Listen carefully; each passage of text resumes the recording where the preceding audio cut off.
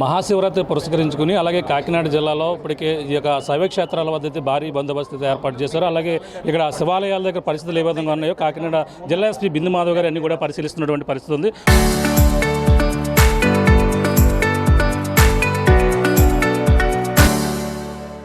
మాట్లాడే ప్రయత్నం చేద్దాం సార్. చెప్పండి, ఈ యొక్క కాకినాడ జిల్లాలో నుండి శైవ క్షేత్రాల దగ్గర ఇటువంటి ఏర్పాట్లు శివరాత్రి ఏర్పాటు చేయండి. కాకినాడ జిల్లాలో మనకి ముఖ్యంగా 2 ఇంపార్టెంట్ శైవ క్షేత్రాలు ఉన్నాయండి.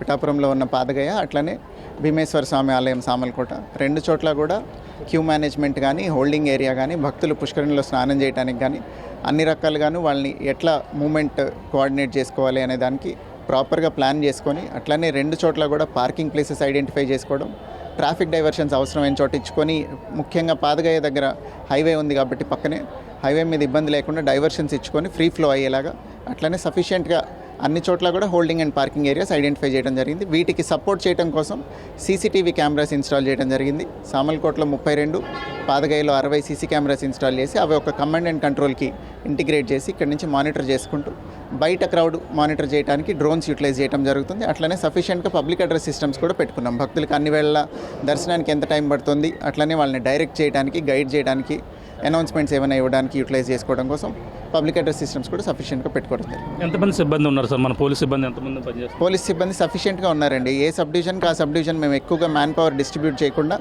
ఉన్నది కంప్లీట్గా వాళ్ళ దగ్గర యూటిలైజ్ చేసుకునేలాగా వీ హ్యావ్ ప్లాన్. అంటే తొక్కుసలాట ఇటువంటి ఘటనలు జరగకుండా బారికేట్లు కానీ ఇటువంటి కూడా ముందస్తుగా ఎలా పెట్టడం జరిగింది? ఇప్పుడు లాస్ట్ ఇయర్ ప్లాన్ చేసిన దానికన్నా కూడా ఈసారి బెటర్గా కంటైన్మెంట్ జోన్స్ ఎక్కువ పెట్టడం జరిగింది. అట్లనే బ్యారికేడింగ్ కూడా టెంపుల్లో ఇంతకుముందు టెంపరీగా ఉన్నది ఈఓ గారి సహకారంతో పర్మనెంట్గా మెటల్ బ్యారికేడింగ్ పెట్టించడం జరిగింది.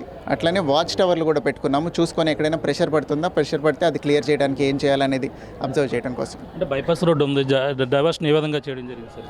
2 పక్కల పెట్టుకున్నామండి. రోడ్కి ఇప్పుడు టెంపుల్ ఎక్కడైతే ఉందో అక్కడ నుంచి 100 meters right and 100 meters left 2 పక్కల కూడా ఆల్టర్నేట్ రూట్ లోపల నుంచి ఇచ్చేసి పిఠాపురం ఊళ్ళో నుంచి వెళ్ళిపోయి మళ్ళీ అవతల పక్కన జాయిన్ అయ్యేలాగా 2 పక్కల డైవర్షన్ ఇవ్వడం జరిగింది. Thank you. ఇది పరిస్థితి ప్రస్తుతం కాకినాడ జిల్లాలో ఉన్నటువంటి ప్రధానమైనటువంటి 2 శైవ క్షేత్రాలు. ఆ 2 శైవ క్షేత్రాల్లో అలాగే ఈ పిఠాపురంలో ఉన్నటువంటి పిఠాపురం పాదగయ పుణ్యక్షేత్రంతో పాటు అలాగే సామలకోట భీమేశ్వర స్వామి ఆలయంలో భారీ బందోబస్తు మధ్య అయితే ఈ పోలీసులు అలాగే ఇక్కడ గట్టిదిట్టమైన ఏర్పాట్లు అయితే చేసామని చెప్పుకొస్తున్నారు. అలాగే ముఖ్యంగా ఇక్కడ ఏర్పాట్లు ఏ విధంగా ఉన్నాయి, అలాగే మోడర్నిటీ సిస్టమ్తో పాటు సీసీ కెమెరాలు పర్యవేక్షణలో ఈ మహాశివరాత్రి వేడుకలు అయితే నిర్వహిస్తున్నారు.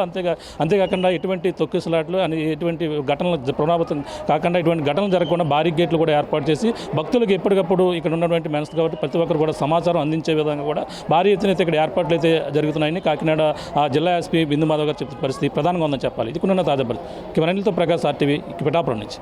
Local to global news at your fingertips. మీ చేతిలో ఒక ఆయుధం. Download raw TV app. Media legend Ravi Prakash is back.